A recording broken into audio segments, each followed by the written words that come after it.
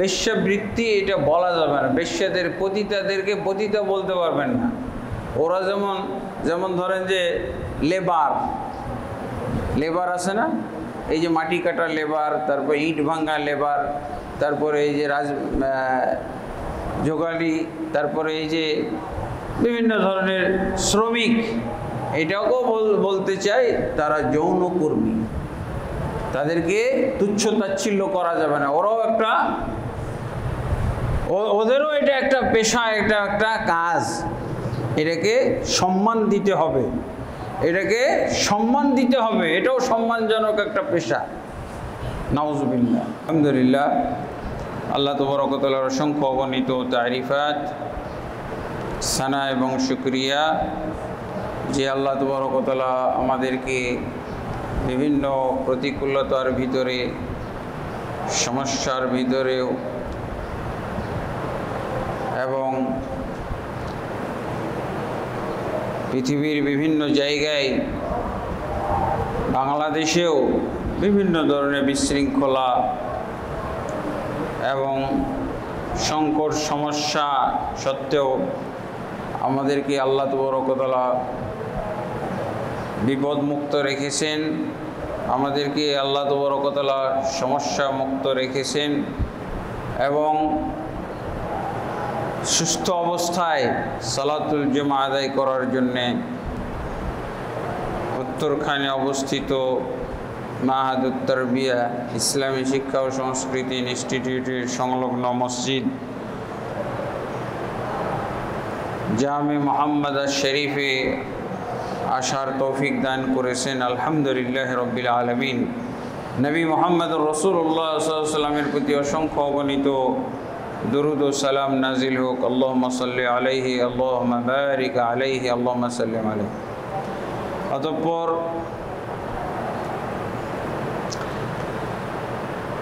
ইসলাম, মুসলিম, এদের আসল পরিচয় হলো যে তারা ইলম ভিত্তিক, জ্ঞান ভিত্তিক একটা দ্বীনের অনুসারী, জ্ঞান ভিত্তিক দ্বীন এবং জ্ঞান ভিত্তিক এই দ্বীনের সদস্য আল্লাহ আমাদেরকে হওয়ার তৌফিক দান করেছেন। এই জন্য আল্লাহর শুকরিয়া আদায় করি। আলহামদুলিল্লাহ রাব্বিল আলামিন। আল্লাহ তাবারক ওয়া তাআলা পৃথিবীর মধ্যে যত ধর্ম আছে, এই ধর্মগুলোর মধ্যে একমাত্র ইসলাম ধর্মকে দ্বীন ভিত্তিক ধর্ম, দ্বীন বানিয়েছেন, দ্বীন হিসেবে নাজিল করেছেন। এবং এই দ্বীনের বা এই ধর্মের মূল ভিত্তি হলো ইলম। প্রথম কথা, প্রথম জিনিস, প্রথম আইটেম হলো ইলম।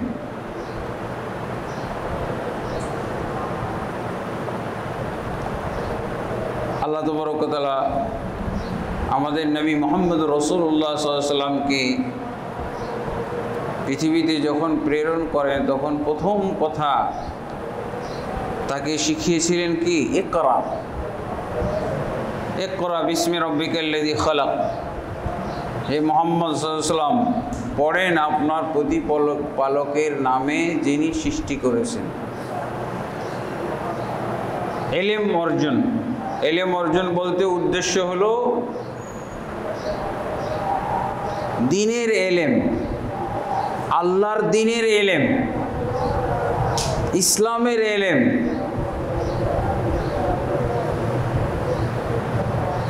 এবং এর মধ্যেই সব কিছুর সমাধান আল্লাহ রেখে দিয়েছেন। অথচ আমরা মুসলমানরা এখন এই অজ্ঞতার উপরে প্রতিযোগিতা করতেছি। কে কত অজ্ঞ হইতে পারি, কে কত ইসলামী নলেজ ছাড়া হইতে পারি।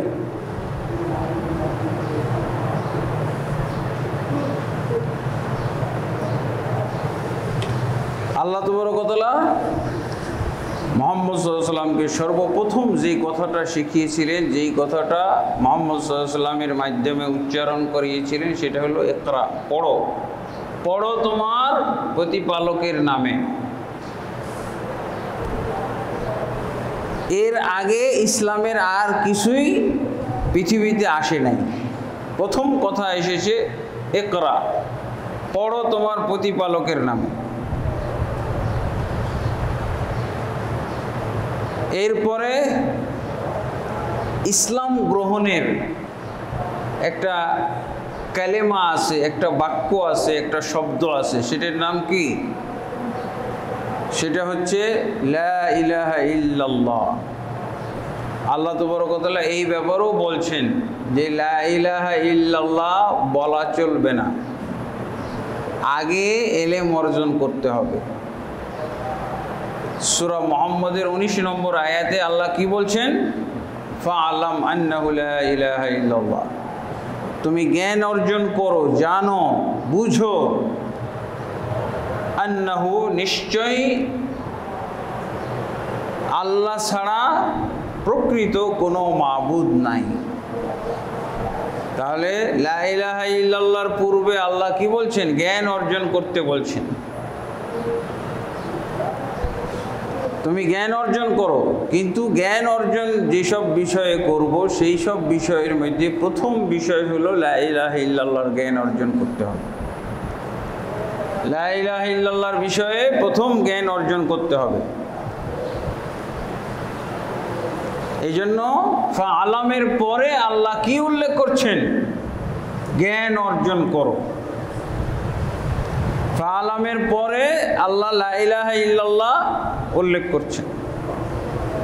মানে এত গুরুত্ব দেওয়া হয়েছে ইসলাম ধর্মের মধ্যে, জ্ঞান অর্জনকে, ইলম অর্জনকে এত গুরুত্ব দেওয়া হয়েছে।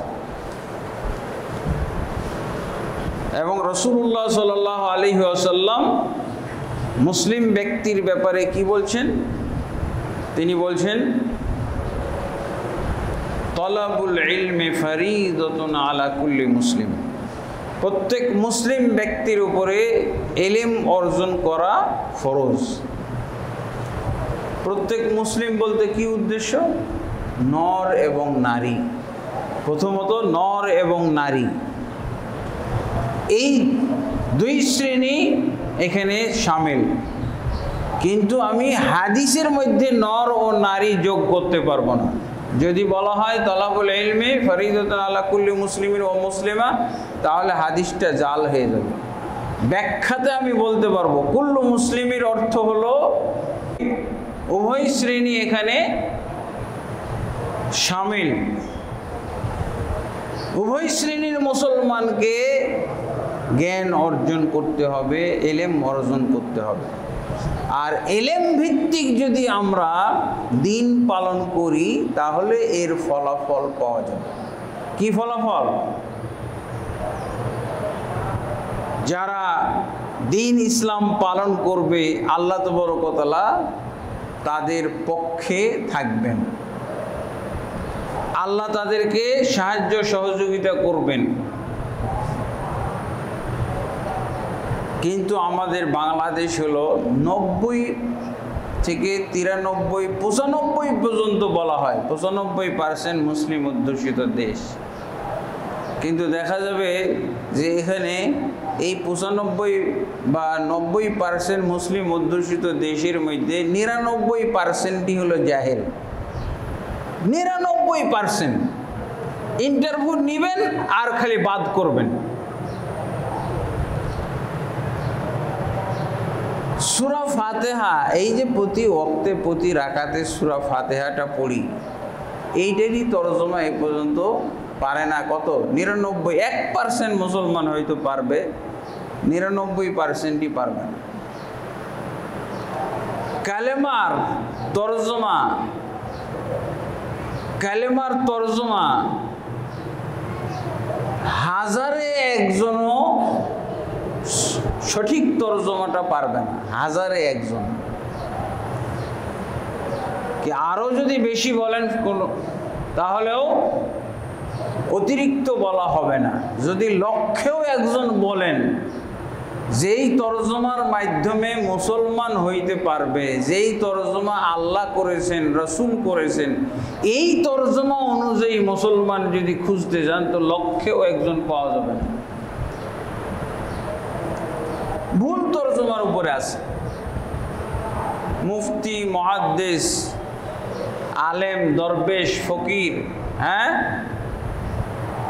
সবাই ভুল তরজমার মধ্যে আমরা আছি। একমাত্র আপনি দেশ হিসেবে যদি সঠিক তরজমা চান তাহলে মক্কা মদিনার দেশে পাওয়া যাবে। আর আমাদের বাংলাদেশে,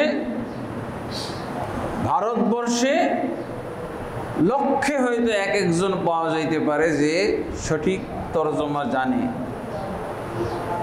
তাহলে ইসলামের কি শিখলাম? তাহলে ইসলামের প্রথম কথাই তো হলো লা ইলাহা ইল্লাল্লাহ। ইসলামের মূল গ্রন্থই তো হলো কোরআন, কালামুল্লাহ। অথচ এই কোরআনও বুঝি না। এই যে মসজিদের গেটটাই লাগিয়ে দেন না আপনি, লাগিয়ে দিয়ে বলে যে সূরা ফাতিহার তরজমা পারবে তাকে বের হইতে দেবো। দেখবেন কয়জন থাকে যে সূরা ফাতিহার তরজমা পারবে, প্রতিদিনই পড়ি না। এই মসজিদের গেটটাই লাগিয়ে দেন না, 400-500 মুসল্লি আছে, কয়জন বের হইতে পারে?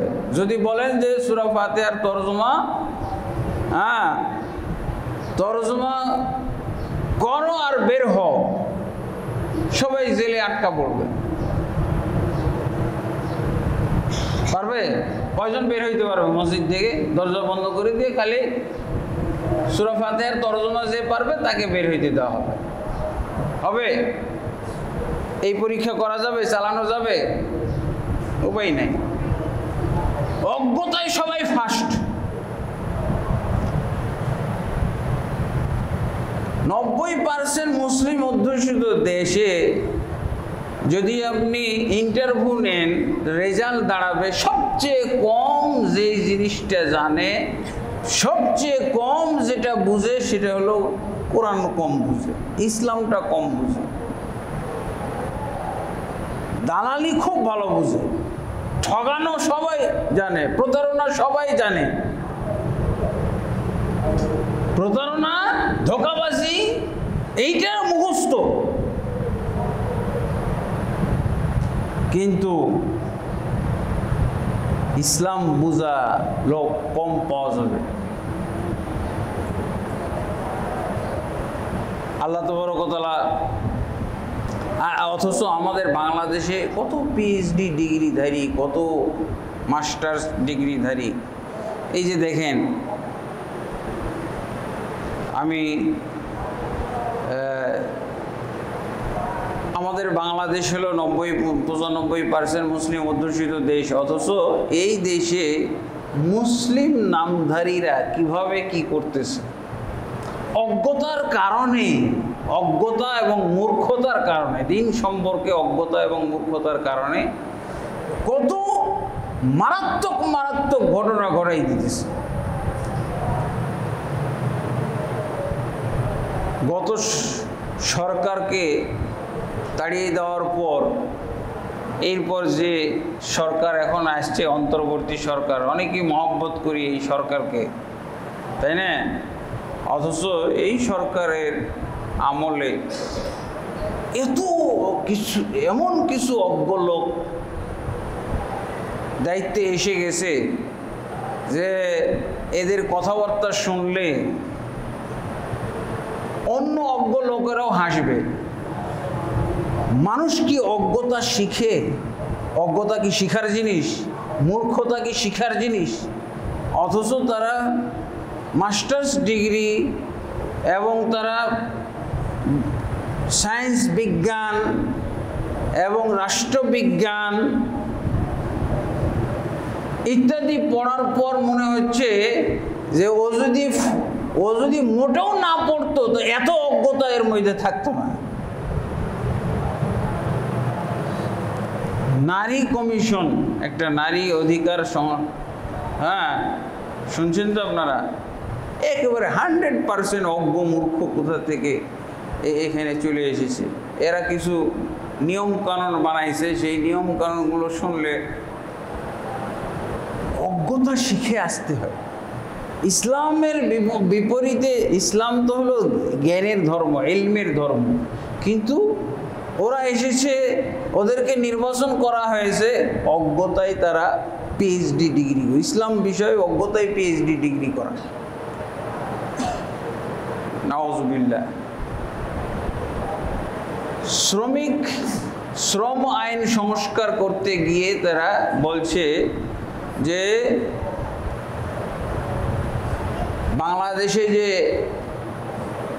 গোপনে একটা ব্যবসা চলে, গোপন ব্যবসা, সেটাকে তারা এটা বৈধতা দিয়ে দিচ্ছে, বৈধ বলে ঘোষণা করতেছে, তার বৈধতা পাশ করতেছে। এবং সেটা কি?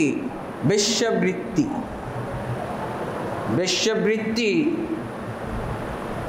এই বেশ্যাবৃত্তিকে যে কেউ খারাপ জানে, কাফেররাও খারাপ জানে, অমুসলিমরাও খারাপ জানে, অথচ এটাকে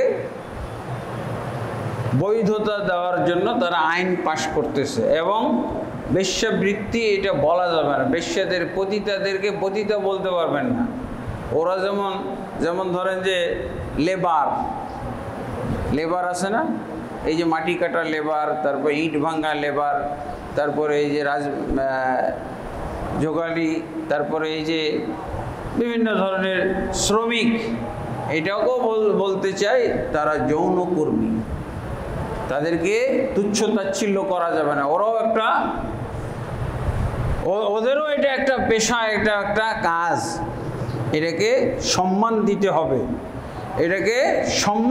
হবে, এটাও সম্মানজনক একটা পেশা। নাউজুবিল্লাহ। যদি সম্মানজনক পেশা হয় তাহলে তো ওনারাও করতে পারে পার্ট টাইম হিসেবে। হ্যাঁ, রাষ্ট্রীয় অনেক লোক আছে না, মন্ত্রীর ব্যবসা আছে, কোম্পানি আছে, নাউজুবিল্লাহ, এরাও তো এগুলো করতে পারে। তাহলে যদি এটা বৈধ হয়ে যায়, এটা যদি ভালো কিছু হয়, এটাকে যদি সম্মান জানাইতে হয়, এটা যদি সম্মানজনক, এটাকে ঘৃণা করা যাবে না, এটাকে তুচ্ছ তাচ্ছিল্য করা যাবে না, তার মানে তাহলে যে কেউ করতে পারে, ওনারাও করতে পারে। তাহলে ওইসব মহিলা যারা এগুলো আইন পাশ করতেছে, নাউজুবিল্লাহ। অথচ সাধারণ মূর্খ যারা এক অক্ষরও লেখাপড়া করে নাই, তারাও জানে যে এটা ঘৃণিত জিনিস, এটা খারাপ। ইসলামের কথা শোনার আগেই সবাই জানে যে এটা ঘৃণিত জিনিস, এটা খারাপ জিনিস। এই জন্য তো গোপনে এগুলো হয়, গোপনে, আড়ালে, নিরালে, নিভৃতে, হ্যাঁ, এগুলো হয়। আর এটা থেকে তারা বলছে যে এগুলো খারাপ মনে করা যাবে না, এদেরকেও এটাও একটা সম্মানজনক পেশা। নাউজুবিল্লাহ। তাহলে কি বলা হবে যে মূর্খতা, অজ্ঞতা, এটাও কি শিখতে হয়? এটাও কি শিখার জন্য পিএইচডি ডিগ্রি আছে নাকি? মূর্খতা শিখার জিনিস নাকি? কিভাবে এটা? যেখানে বিধর্মীরা পর্যন্ত এই জিনিসটাকে ঘৃণা করে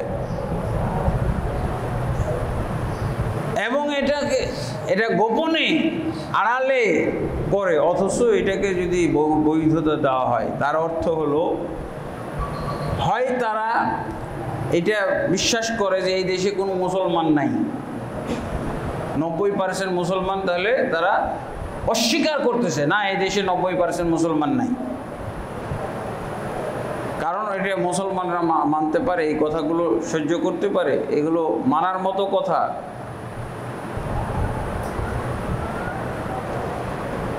তাহলে তো যারা চোর তারাও তো বলতে পারে যে আমরা চুরি বিদ্যাটা ভালো পারি, আমরা অন্য কিছু পারি না, শ্রম দিতে পারি না, আমরা ডাকাতও বলতে পারে, ছিনতাইকারীও তো একই কথা বলতে পারে যে আমাদের আর কোনো অবলম্বন নাই, ইনকাম সোর্স নাই, আমরা এটাই পারি, এই ব্যাপারে আমরা পারদর্শিতা অবলম্বন করেছি। ছিনতাইকারী, আমাদেরকেও এটা আইনি বৈধতা দেওয়া হোক। এটা তো বরং আরও ভালো জিনিস, এত ঘৃণিত জিনিস না। এই যে বেশ্যাবৃত্তি, তার চেয়ে তো চুরির পেশাটা, চোর চুরির পেশা আরো একটু পবিত্র না?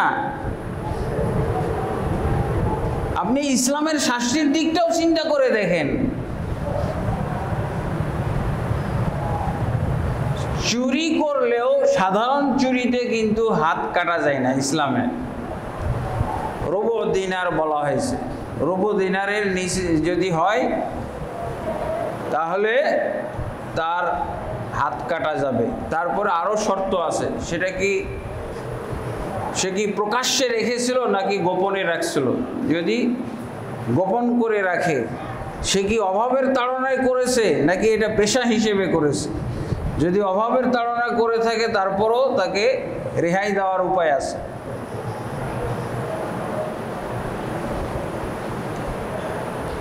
আর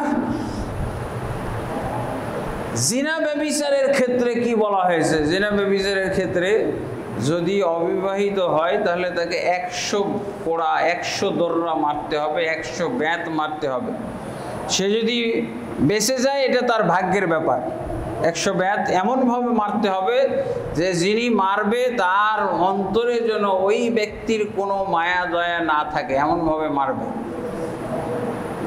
ভাগ্য ভালো হলে বাঁচলো, চিকিৎসা করে হয়তো সুস্থ হয়েও যাইতে পারে। আর এমনও হইতে পারে যে 100 ব্যাত খাইতে খাইতে মারাও যাইতে পারে। এই হলো জিনা ব্যভিচার শাস্তি, আর সেটাকে বৈধতা দিচ্ছে শিক্ষিত লোক, আমাদের দেশের শাসক গোষ্ঠী। তারা ইলমের সাথে কোনো সম্পর্ক আছে? তারা মুসলিম বলতে পারে নিজেদেরকে? এরা মনে হচ্ছে যে এক অন্য গ্রহ থেকে আসা মানুষ, অন্য গ্রহ থেকে, অথবা বলা যেতে পারে যে পাশ্চাত্য ইউরোপ আমেরিকার বিভিন্ন যে দেশ আছে, নোংরামি চলে ওখানে, ওদের দেশের আইনের কপি পেস্ট করে দিয়েছে, কপি করে নিয়ে এসে বাস বাংলাদেশে সেট করে দিয়েছে। ও জানেও না যে বাংলাদেশে 90% মুসলমানের দেশ। নাউজুবিল্লাহ। এগুলো হলো দেশে চলছে, এগুলো নিয়ে হুজুররা মাতামাতি করছে, আপনাদেরও শোনা দরকার। আপনি পতিতা বললে বেআইনি হবে, আপনার শাস্তিও হইতে পারে। পতিতা বলতে পারবেন না, কি বলতে হবে? উনি যৌনকর্মী। উনি যেমন কি বলে রাজমিস্ত্রি, উনি যেমন মাটি কাটা মিস্ত্রি, উনি যেমন রিক্সা চালায়, উনি যেমন জুতা সেলাই করে, ঠিক এটাও একটা পেশা। আপনি খারাপ মনে করতে পারবেন না। জিনা ব্যভিচার বলতে পারবেন না, তাহলে 100 ব্যাত। আর যদি বিবাহিত হয়, বিবাহিত পতিতাদের মধ্যে অনেক বিবাহিত থাকে না, বিবাহিত যদি হয় তাহলে ইসলামের তার শাস্তি হলো যে তাকে পাথর মাঝখানে ফেলে দিয়ে অনেক মানুষ একত্র হয়ে তাকে পাথর মারতে থাকবে। পাথর মারতে মারতে সে যখন মৃত্যুবরণ করবে, সে যখন নিহত হবে তখন কেবল ছাড়া হবে, এর আগে পাথর মারতেই থাকবে। তাহলে কিভাবে এই মুসলমানের দেশে, ইসলাম পালনকারীদের সমাজে, পরিবেশে কিভাবে এই সব নিয়মগুলোর বৈধতা দিতে পারে?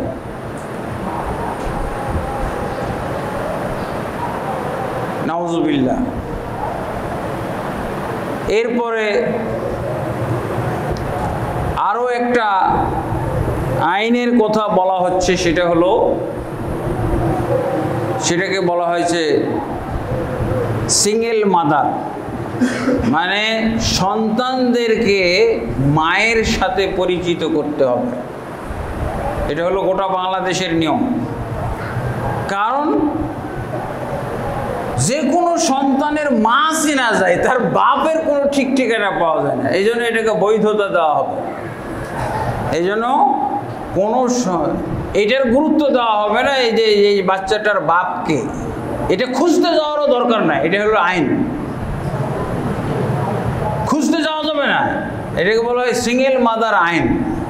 মানে স্বামী ছাড়া মা হইতে পারবে, এই বৈধতা জন্য সংস্কার। তো সংস্কার কাকে বলা হয়? নাউজুবিল্লাহ, এটা কি সংস্কার হইল না এটা কুসংস্কার? এটা মানে মাতৃ পরিচয়ে বড় হবে সন্তানদের, মাতৃ পরিচয়। বাবাকে এটা জানা দরকার না, তার ভোটার আইডিতে তার পাসপোর্টে খালি মার নাম লেখা হবে, কারণ বাবা নাও থাকতে পারে। কারণ এই আইনের সাথে, এই যে যৌনকর্মীর আইনের সাথে এইটার সম্পর্ক আছে না, নাউজুবিল্লাহ। এই জন্য যৌন কর্ম করলে তো সন্তান হবে, আর সন্তানটারও যেন একটা সম্মান থাকে। সেই ছেলে এবং সেই মেয়ে যদি সম্মান প্রাপ্ত হয়, এই জন্য এই নিয়মগুলো করা হচ্ছে। তুমি ভালো কিছু পাও না, ভালো কিছু পাওয়া যায় না নাকি? অথচ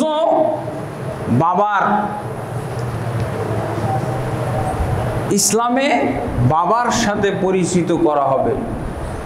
যদি কারো বাবা না থাকে তাহলে তাকে মায়ের সাথে পরিচিত করা হবে, আর সেটা হলো বিশেষ অবস্থায়। যেমন ঈসা নবীর বাপ নাই, ঈসা নবীর বাপ নাই, কিন্তু তাহলে কি নাউজুবিল্লাহ উনি পতিতালয়ে জন্মগ্রহণ করেছেন? এটা হলো বিশেষ কুদরত, মুজিজা। কোরআনে এটা আছে। ফেরেশতা আল্লাহর বিশেষ বাণীর মাধ্যমে ঈসা আলাইহিস সালাম পয়দা হয়েছিলেন। এই জন্য ঈসা ইবনে মারিয়াম বলা হয়, মারিয়ামের পুত্র ঈসা। আর আদম আলাইহিস সালাম তো মাতা পিতা ওইটাই ছাড়ায় আল্লাহ নিজ হাতে তাকে তৈরি করেছে, নিজ হাত দিয়ে আল্লাহ তাকে তৈরি করেছে। শুধুমাত্র মানুষকে আল্লাহ নিজ হাত দিয়ে তৈরি করেছেন, বাকি সব জিনিস তৈরি করেছেন কুন ফায়াকুন, হয়ে যাও, হয়ে গেছে। আসমানকে আল্লাহ বলছেন হয়ে যাও, হয়ে গেছে। জমিনকে আল্লাহ বলছেন হয়ে যাও, হয়ে গেছে। কিন্তু আদম আলাইহিস সালামকে আল্লাহ নিজের হাতে তৈরি করেছেন। আল্লাহু আকবার। নিজ হাত দ্বারা আল্লাহ তাবারক ওয়া তাআলা তৈরি করেছেন। এটাই হলো আদম সন্তানের, মানুষের এটা মর্যাদা।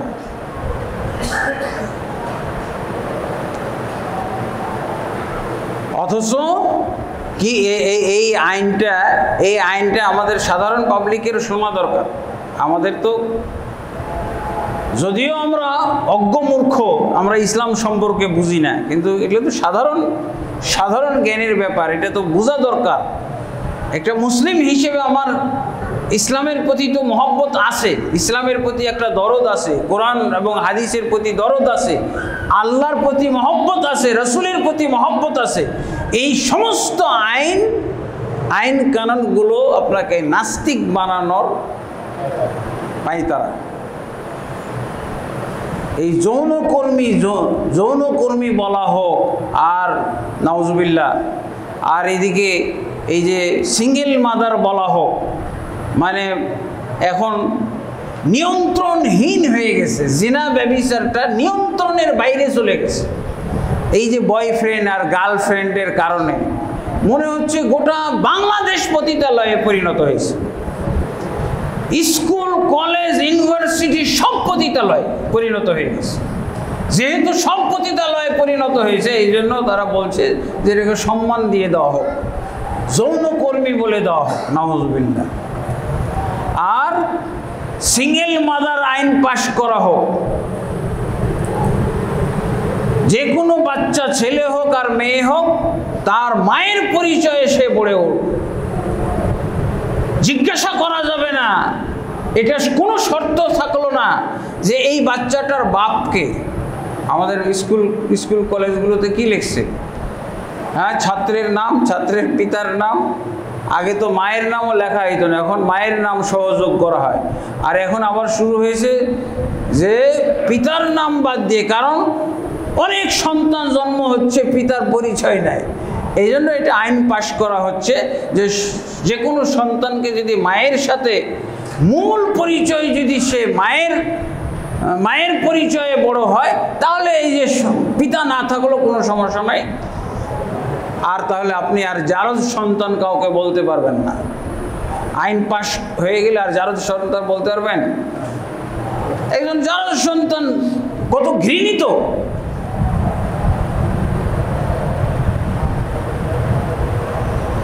এক যুবক ভাই গাজীপুরে, আমি জুমার নামাজ কি প্রোগ্রামে গেছি আর কি, বক্তব্য দিতে মসজিদে, তো আমাকে খাইতে দিছি। খাবার রুমে একটা যুবক, হয়তো তার বয়স হবে মানে 40-45 হয়ে যাবে বা আরও কম হইতে পারে, সে আমার কাছে প্রাইভেট কিছু কথা বলার জন্য সময় বের করছে। বলছে যে হুজুর, আপনার কাছে একটা মাসলা জিজ্ঞেস করতে চাই। যে কি মাসলা? বলছে আমি আমার মাকে খুন করব, হত্যা করব, তো এই হত্যা করলে কি আমার গুনাহ হবে কিনা? তো বল কেন?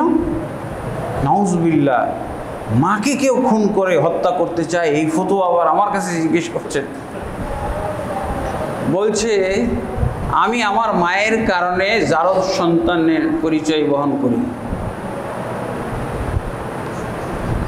জারজ সন্তানের পরিচয় পাওয়ার পর সে এখন তার মাকে খুন করবে। তাহলে তো এইরকম অবস্থা হইতো না। এই আইন যদি আগে থেকে থাকতো, তুমি হও, যত জারজ সন্তান হইতে পারো হও, কোনো সমস্যা নাই। এই আইনগুলো কারা পাশ করে? এদের কি আসলে বাপ আছে? হ্যাঁ, এদের বাপ নাই। এই মহিলাগুলোর কি বাপ নাই? এরকম 6 জন মহিলা। আর এই আইনগুলো নাকি রিভিশন করানো হয়েছে, দেখানো হয়েছে, প্রুফ দেখানো হয়েছে 30 জনের কাছে।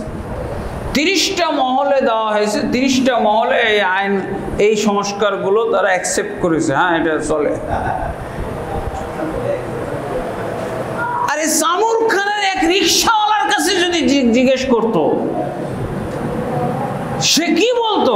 এই তোমরা কোথা থেকে এসেছো, কোন গ্রহ উপগ্রহ থেকে এসেছো তোমরা, এই বাংলাদেশের শাসন ক্ষমতা বা বাংলাদেশের তোমরা এই দায়িত্ব নিয়েছো, নারী অধিকার কমিশন, নাউজুবিল্লাহ। এগুলো হলো তাসলিমা নাসরিনের সব বান্ধবীরা এসে উপস্থিত হয়ে গেছে। কিভাবে তাসলিমা নাসরিন বিতাড়িত, সে ফেরারি অবস্থায় পৃথিবীতে ঘুরে বেড়াচ্ছে, অথচ তারই দোসররা কিভাবে এসে হঠাৎ করে দায়িত্ব গ্রহণ করে ফেলছে, নাউজুবিল্লাহ। এটা নিয়ে আপনারা তো শুনতেছেন না, প্রেস ক্লাবে মহিলারা যারা ইসলাম বুঝে, এরকম মহিলারা মানববন্ধন করেছে। তারা এই কথাগুলো বক্তব্যের মধ্যে নিয়ে এসেছে। আমাদের সাধারণ মুসল্লিদেরও একটু চোখ কান খোলা দরকার। কিছুই বুঝবেন না, এটা তো হইতে পারে না। সাধারণত কিছু আপনাদের জ্ঞান থাকতে হবে। এটি কি ধরনের? এটা আইন হইতে পারে দেশের? এই নিয়ম, এই সংবিধান দিয়ে কি আমাদের দেশ চলতে পারে? নাউজুবিল্লাহ।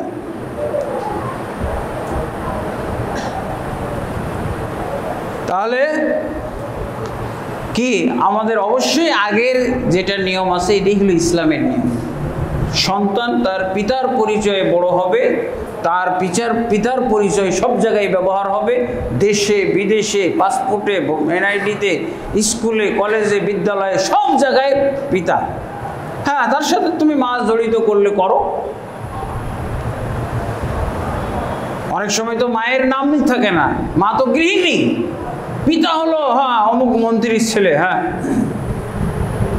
অমুক অফিসারের ছেলে, অমুক এমপি সাহেবের ছেলে, ভালো, অমুক আলেমের ছেলে।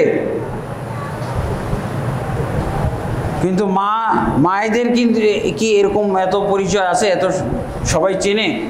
এই জন্য পিতৃ পরিচয়টা হলো ইসলামেও, বরং ইসলামে 3টা পরিচয় একসাথে বহন করতে হবে। সৌদি আরবের শর্ত হলো নাম সুলাসি লিখতে হবে। সুলাসি মানে 3 পুরুষ পর্যন্ত তোমার নামের সাথে যেন পাওয়া যায়। পাসপোর্টে, কাগজপত্রে 3 পুরুষের নাম, নিজের নাম, পিতার নাম, দাদার নাম পর্যন্ত থাকতে হবে। মায়ের নাম খুব জোর পাসপোর্টের নিচের দিক দিয়ে থাকবে। এই হলো অবস্থা। আরেকটা পরিচয়, আরেকটা কর নাউজুবিল্লাহ, সেটা হলো পুরুষ। স্বামী স্ত্রী সে সংসারে থাকবে, বসবাস করবে, ধর্ষণ আইন, নাউজুবিল্লাহ, ধর্ষণ আইন মানে স্বামী স্ত্রীর মধ্যে ধর্ষণ আইন নিয়ে আসা হচ্ছে। যদি স্বামী স্ত্রীর অনিচ্ছায় যদি মেলামেশা করে তাহলে, এবং সে এটা তার স্বামীর বিরুদ্ধে মামলা করতে পারবে। এটা আইন হইল। স্বামী স্ত্রীর মধ্যে অনেক জোরাজোরি থাকতে পারে, অনেক কিছুতে জোরাজোরি। আরে ও স্ত্রী আপেল খাইতে চায় না, আপেলটাও তো জোর করে খাওয়ায়। আঙ্গুর খাইতে চায় না, আঙ্গুরও তো জোর করে খাওয়ায়। দুধ খাইতে চায় না, দুধও তো জোর করে খাওয়ায়। তো স্বামী যদি জোর করে তার কাছ থেকে কি বলে সহবাস যদি আদায় করে নেয় তাহলে এর জন্য ধর্ষণ মামলা হবে। এরা কিভাবে, কোন ব্রেন নিয়ে এগুলো কথাবার্তা বলতেছে? নাউজুবিল্লাহ। ধর্ষণ, স্বামী স্ত্রীর মাঝে যে সুসম্পর্ক, যে মেলামেশার সম্পর্ক, এটা কি ধর্ষণ? এই শব্দটা কি আসলে ব্যবহার করা চলে? হ্যাঁ, তো এদের এই আইন দেখে আমি আগে শুরু করেছি কি, ইসলাম হলো ইলমের ধর্ম, জ্ঞানের ধর্ম, যুক্তির ধর্ম। কিন্তু এই কেমন লোক, এগুলোকে তারা কি বলতেছে? নাউজুবিল্লাহ। আমার তো মনে হয় যে ওই মূর্খ লোকের কথাটাই মনে পড়ে যাচ্ছে এদের আইন কানুনগুলো শুনে। হ্যাঁ, ধর্ষণ কাকে বলা হয়? বেগানা পুরুষরা জোরপূর্বক কোনো মহিলাকে যদি কি বলে রেপ করে, 1 জন হোক, 2 জন হোক, 10 জন হোক, তারপরে অধিকাংশ ধর্ষণের ঘটনায় হত্যাকাণ্ডও ঘটে, হত্যাই করে ফেলে। স্বামী স্ত্রীর মাঝে কি এরকম হয় নাকি? হ্যাঁ, অনেক ঘটনা এরকম পাওয়া যায় যে কোনো পাষণ্ড স্বামী ধর্ষণের জন্য আরো 10 বন্ধুকে ডেকে নিয়ে এসছে বাসায়, এর বিরুদ্ধে মামলা হইতে পারে। কিন্তু শুধু স্বামী স্ত্রীর ক্ষেত্রে কি বলা হয়েছে হাদিসে? স্বামী বিবাহ করে কে? স্বামী না? স্বামী তো বিবাহ করে, স্ত্রী কি বিবাহ করে নাকি? স্ত্রী বিবাহ বসে, মোহর কে দেয়? মোহর দেয় তো স্বামী। কাজে স্বামী বিবাহ করলো।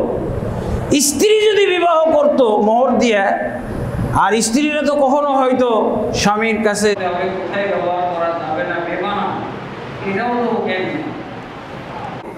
গ্রামে মানুষ বেগুনকে বাগুন বলে না, গ্রামে বাগুন বলে, আর শহরে এসে শুনতেছে বেগুন। হ্যাঁ, বেগুন শুনতেছে।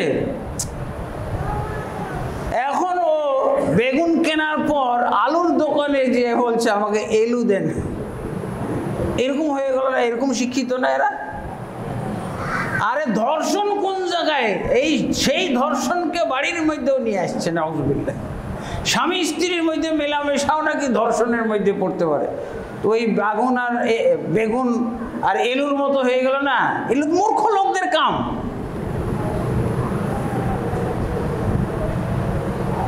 নাউজুবিল্লাহ। এই যে আমাদের সমাজটা এখন মূর্খদের সমাজ, মূর্খ মানুষদের মনে হচ্ছে সমাজ। এই সমাজে মনে হয় শিক্ষিত লোক, ইসলাম জানা লোক, তাকে জিজ্ঞেস করা হয়েছে, একজন এরকম মহিলা কমিশনের সদস্যকে জিজ্ঞেস করা হলো, আপনারা এরকম কোরআনের বিরুদ্ধে আইন পাশ করতে, মানে আমরা তো কোরআন ছুঁয়েই দেখিনি, নাউজুবিল্লাহ। সে বলতেছে আমরা তো কোরআন স্পর্শই করি নাই। ওরা নাকি কোরআন স্পর্শ করে নাই। ওই এর মতো হয়ে গেল, মসজিদে গরু ঢুকছে, এই তোমার গরু মসজিদে ঢুকছে কেন? ও গরু এই জন্য তো মসজিদে, আমাকে দেখছেন কখনো মসজিদে যাইতে? হ্যাঁ, এরকম অবস্থা। ও বলছে যে আপনি যে কোরআনের বিরুদ্ধে আইন করতে, বলছে না আমরা কোরআন তো তাকাই দেখি নাই, কোরআনটা তো আমরা স্পর্শই করি নাই, কোরআন নিয়ে আমাদের কোনো কথাই নাই। আরে বাবা, এই দেশে যে কোরআন সমর্থক মুসলমান, কোরআনওয়ালা মুসলমান, কোরআন বুঝে না, কোরআন পড়ে না, এটা আলাদা কথা, কিন্তু সবারই ধর্মগ্রন্থটা তো হলো কোরআন। আর ও কিভাবে যুক্তি দিতেছে যে আমরা যে এগুলো এই সংস্কারগুলো যে আমরা নিয়ে এসেছি, আমরা তো কোরআনে কোনো হাত দেই নাই, কোরআন স্পর্শ করি নাই, আমরা তো কোরআনের দিকে তাকাই নাই। নাউজুবিল্লাহ। তাহলে তার মুখের স্বীকারোক্তি অনুযায়ী তো সে আনফিট। তুমি কোরআনই জানো না, কোরআনের কোনো মূল্যায়ন বুঝো না। এটা যে কোরআনের দেশ, এটা হলো কোরআন মহব্বতকারীদের দেশ, এটা তুমি কোনো তোয়াক্কাই করো নাই, এইদিকে তুমি ভ্রুক্ষেপই করো নাই। কত অযোগ্য, কত অজ্ঞ মূর্খ, কত বাস্তবতা বিবর্জিত এরা। আল্লাহ তাবারক ওয়া তাআলা এই আপদ বিপদকে মুসলমানদের থেকে দূরীভূত করুন, এদেরকে আল্লাহ তাবারক ওয়া তাআলা তাড়াতাড়ি অপসারণ করুন, এদের জন্য অপসারণ নিশ্চিত হয়। এই দেশে কোনো ইসলাম বুঝা লোককে রাখাই হয়নি। নাউজুবিল্লাহ। কিভাবে যে আসলো, এটা আল্লাহর গায়েবী গজবের মতো চলে আসছে, আল্লাহর গায়েবী গজবের মতো। নাউজুবিল্লাহ। তারপরেও আর কি, নারী পুরুষের সমান অধিকার। নারী পুরুষের, আসলে তো নারী পুরুষের নারীদের ক্ষেত্রে ইসলাম সমান করে নাই। ইসলাম তাদের আরো মর্যাদা বেশি দিয়েছে। এক ব্যক্তি জিজ্ঞাসা করছে, ইয়া রাসূলুল্লাহ, আমার সদ্ব্যবহার পাওয়ার জন্য কে বেশি হকদার পৃথিবীর মধ্যে? আল্লাহ রাসূল সাল্লাল্লাহু আলাইহি ওয়াসাল্লাম বললেন, তোমার মা। আবারও জিজ্ঞেস করলেন যে ইয়া রাসূলুল্লাহ, আমার সদ্ব্যবহার পর সবচেয়ে হকদার ব্যক্তিকে? আল্লাহ রসুল আবারও বললেন তোমার মা। এরপরে আবার ওই ব্যক্তি জিজ্ঞেস করলেন, ইয়া রাসূলুল্লাহ, আমার কাছে সবচেয়ে সদ্ব্যবহার পাওয়ার উপযুক্ত ব্যক্তিটাকে? আল্লাহ রসুল তৃতীয়বারও বললেন তোমার মা। আল্লাহু আকবার। এই হলো ইসলাম। এনে সমতা পাওয়া গেল না নারীর মর্যাদা বেশি পাওয়া গেল? সন্তানের কাছে পিতার চাইতে মায়ের মর্যাদা বেশি, এটা ইসলাম দিল। আর যেখানে পিতার মর্যাদা বেশি দেওয়া হয়েছে, পিতাকে প্রাধান্য দেওয়া হয়েছে, এখানে যুক্তি আছে। সেটা হলো পিতামাতা যে সম্পদ ছেড়ে যায়, এই পিতামাতা ছেড়ে যাওয়া সম্পদে ছেলেরা ডাবল পাবে মেয়েদের। কারণ কি, মেয়েদের যখনই বিবাহ দেওয়া হয়, তখন বিবাহ দেওয়া হয় একটা মোহর ধার্য করে। মোহর ধার্য, ছেলেদের কোনো মোহর আছে? ছেলেরা এই যে আজকাল 5 লাখ, 10 লাখ, 20 লাখ পর্যন্ত মেয়ের বিবাহের সময়, আগদের সময় কি মোহর ধার্য করা হয়। পুরুষের তো কোনো মোহর নাই। পুরুষ কোনো মোহর পায়? আপনি মেয়েকে বিয়ে দিলেন, মোহর পাইলেন। অনেকে আবার মোহর ব্যবসা শুরু করছে। মোহর ব্যবসা, মেয়ে দিয়ে মোহর ব্যবসা শুরু করে দিচ্ছে। 10 লাখ 15 লাখ 20 লাখ মোহর ধার্য করে, এরপরে কোনো রকম খালি তালাক করায় নিতে পারলে টাকা ইনকাম হয়ে গেল। এই 2 লাখ টাকা দিয়ে আরেকজনের সাথে বিবাহ দিয়ে দেবো, 18 লাখ টাকা লাভ। হ্যাঁ, আল্লাহ তাবারক ওয়া তাআলা যে পার্থক্য করেছেন, এই যে এতদিন পর্যন্ত এই মেয়েটাকে লালন পালন করা হলো, তারপরে আবার উল্টা খরচপাতি, এই মেয়ের পিছনে খরচপাতি করে বিবাহ দেওয়া হলো, আবার ওই মেয়ে স্বামীর দিক থেকে শ্বশুরের বাড়ি থেকে মহারানা হিসেবে পাইলো। এগুলো কিছু পাইছে ছেলেটা? হ্যাঁ, ছেলে খালি মেয়েদেরকে দিচ্ছে, তারপরে মহারানা হিসেবে যা পাইলো এটা তার স্টক থাকবে। এইখান থেকে স্বামী নিতে পারবে না, পিতা মাতা কেউ পাবে না, শুধু এই মেয়ের হক এটা বাড়তে থাকবে। যদি এই 5 লাখ টাকা বা 1 লাখ টাকা এটা বাড়তে থাকে, তাহলে কি পরিমাণ বাড়তে পারে সম্পদটা। আমি মাত্র 3000 টাকা দিয়েছিলাম মহারানা, আমি 7 লক্ষ পর্যন্ত খেয়াল রাখছিলাম যে এটা বাড়তে বাড়তে 7 লাখ পর্যন্ত হয়েছে, এরপরে আর হিসাব করি না। হ্যাঁ, এই 3000 টাকা বাড়তে বাড়তে 7 লাখ পর্যন্ত হয়েছে, এতটুকু আমি হিসাব রাখছি। মোটামুটি ধরেন যে 2010-12 পর্যন্ত। এরপরে কি হয়েছে, এরপরে কত বাড়ার কথা বলেন। কিন্তু আমাদের সমাজে খালি ওই তালাকের সময় এই মহারানা আদায় করা হবে, সাথে সাথে আদায় করতে হবে, এবং যতটুকু আপনি আদায় করতে পারবেন ততটুকুই আপনি নির্ধারণ করবেন মহারানা। তারপরে মেয়েটার বিবাহ হলো, বিবাহ হওয়ার পর তাহলে মহারানা দিল কে? পুরুষ ব্যক্তি দিল না। এরপরে এই মহিলা 100 বছরও যদি বেঁচে থাকে স্বামীরই খাবে, 1 পয়সা এই মেয়ের খরচ হবে না। এমনকি স্বামী যদি ফকিরও হয়, গরিব হয়, তাহলে এই মহিলা যদি কোটিপতি হয় তো এর জাকাত দিয়ে চলবে তার স্বামী। এই মহিলা যে জাকাত দিবে, তার নিজস্ব সম্পদ থেকে যে জাকাত দিবে, এই জাকাত থেকে স্ত্রীকেও খাওয়াবে, তাও স্ত্রীর ব্যাংক ব্যালেন্স থেকে 1টি টাকাও সে চাইতে পারবে না। এটা তার হক নাই, অন্যায়।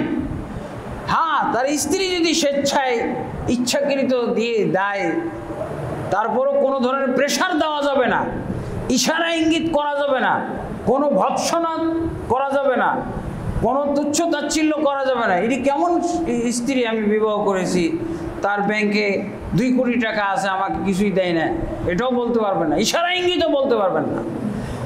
সেই স্ত্রী যদি সচেতন হয়, আপনাকে যদি জাকাত থেকে কিছু দেয় বা তার মূলধন থেকে কোনো সম্পদ দেয়, তাহলে সেটা আপনি খেতে পারবেন। তাহলে দেখেন, স্ত্রী কি এই বোকা লোকগুলোকে কে বলেছে সমান করার জন্য? হ্যাঁ, তাহলে কি সমান হবে নাকি? মহিলা পুরুষের কি ভাগ সমান হবে? হ্যাঁ, কখনো কখনো সমান হয়। আমার সন্তান আমি মানুষ করেছি, এখন আমার সন্তান যে কোনো কারণে মারা গেল, সেই টাকা পয়সার অধিকারী হয়েছে, তারপরে মারা গেছে, এখন পিতা মাতা উভয়ই আছে, এই জায়গায় পিতা মাতাকে সমান করে দেওয়া হয়েছে ইসলাম। সবসময় তো পার্থক্য না, এইগুলো তো পড়াশোনা করতে হবে, জ্ঞান কিছু থাকতে হবে। পিএইচডি ডিগ্রি অর্জন করেছে, আর এদিকে কি বলে রাষ্ট্রবিজ্ঞানে মাস্টার্স পাস করেছে, পিএইচডি ডিগ্রি অর্জন করেছে, কিভাবে শুধু বলে দিল যে মহিলা আর পুরুষের ভাগ সমান দিতে হবে? সমান ইসলামে কত রকম করেছে, নারীদের কোনো খরচই নাই। এই যে আমরা এখন নিজেরাই গজব কুড়িয়ে এনেছি, সমান অধিকার চাইতে যে গজব কুড়িয়ে এনেছি। আমাদের নানি দাদিরা কি ইনকাম করছে? আমাদের যারা নানি দাদি, তারা কি ইনকাম করত? তারা কি চাকরি করত? তাদের জীবনটা কত সুখী সমৃদ্ধ ছিল, কত শান্তিপ্রিয় ছিল, কত তারা আরাম আয়েশে কেটে গেছে। আর এখনকার মহিলারা সমান অধিকার নিতে এসে ইট ভাঙে, মাটি কাটে, মাটি তোলে, চাকরি করে, চাকরি করতে যে কত পুরুষের খায়েশের সে শিকার হয়। সে হত্যাকাণ্ডের শিকার হয়, সে গুম খুনের শিকার হয়, এগুলো বিপর্যয় কে ডেকে নিয়ে আসলো? হ্যাঁ, আল্লাহর বিধানের বিপরীতে গেলে গজব ছাড়া আর কিছু না, আযাব ছাড়া কিছু না, বিশৃঙ্খলা ছাড়া। তারপরে তালাকের ঘটনা তো ঘটতেই আছে, পরকীয়ার ঘটনা তো ঘটতেই আছে। পরকীয়া হচ্ছে কেন? আগের যুগের মহিলাদের মধ্যে কয়জন পরকীয়া করছে? হ্যাঁ, নাউজুবিল্লাহ। এখন এরা বলতেছে মহিলা পুরুষের সমান অধিকার। সমান অধিকার, সমান হইলে তো সমান অধিকার। নারী পুরুষ কি সমান হইতে পারে নাকি? আপনার সমান বোঝা বহন করতে পারবে? আপনার সমান টেনশন সে মাথায় নিতে পারবে? আপনি যত ঝাই ঝামেলা মাথায় নিয়ে আসেন, এরকম ঝাই ঝামেলা তার মাথায় সে সহ্য করতে পারবে? কয়জন? তাদেরকে আরাম আয়েশ দেওয়া হয়েছে ইসলাম। আর সন্তান মারা গেলে এখানে তো সমানই। আমার যদি সন্তান, কারো সন্তান মারা যায়, তার যদি সম্পদ থাকে তাহলে সেই সম্পদের 1/6 মাও পাবে, 1/6 বাবাও পাবে 1/6। খালি কি পার্থক্য করে দেখা হয়েছে না? এক সমান করে দিয়েছে না? এক সমানও তো আছে। আর যেখানে পার্থক্য করা হয়েছে, ডাবল দেওয়া হয়েছে, এখানে ডাবল দেওয়ার যুক্তি আছে, কারণ আছে। এরপরও তাদেরকে বলবো যে আমাদের বাংলাদেশ তো বিভিন্ন ধর্মের লোকেরা বসবাস করে, হিন্দুরা তো মোটেও দেয় না। ইসলামে মুসলমানদের নিয়মে তো আছে যে নারীকে অর্ধেক দিবে, বোন অর্ধেক পাবে, মেয়ে অর্ধেক পাবে। এই অর্ধেকটাই তুমি আদায় করার ব্যবস্থা করো। কয়জন হয় এই অর্ধেক পাইতেছে? পিতামাতার বাড়ি থেকে, ভাইদের কাছ থেকে অর্ধেক পায় কয়জন মহিলা? শতকরা একজনও পায় না। এইটি যেটা ইসলাম দিয়েছে, যেটা মুসলিম আইনে স্বীকৃত হয়ে আছে, সেটা তুমি আদায় করার ব্যবস্থা না করে তুমি উল্টাপাল্টা বলতেছো, যেটা পারো না, অজ্ঞ মূর্খর মতো কথাবার্তা।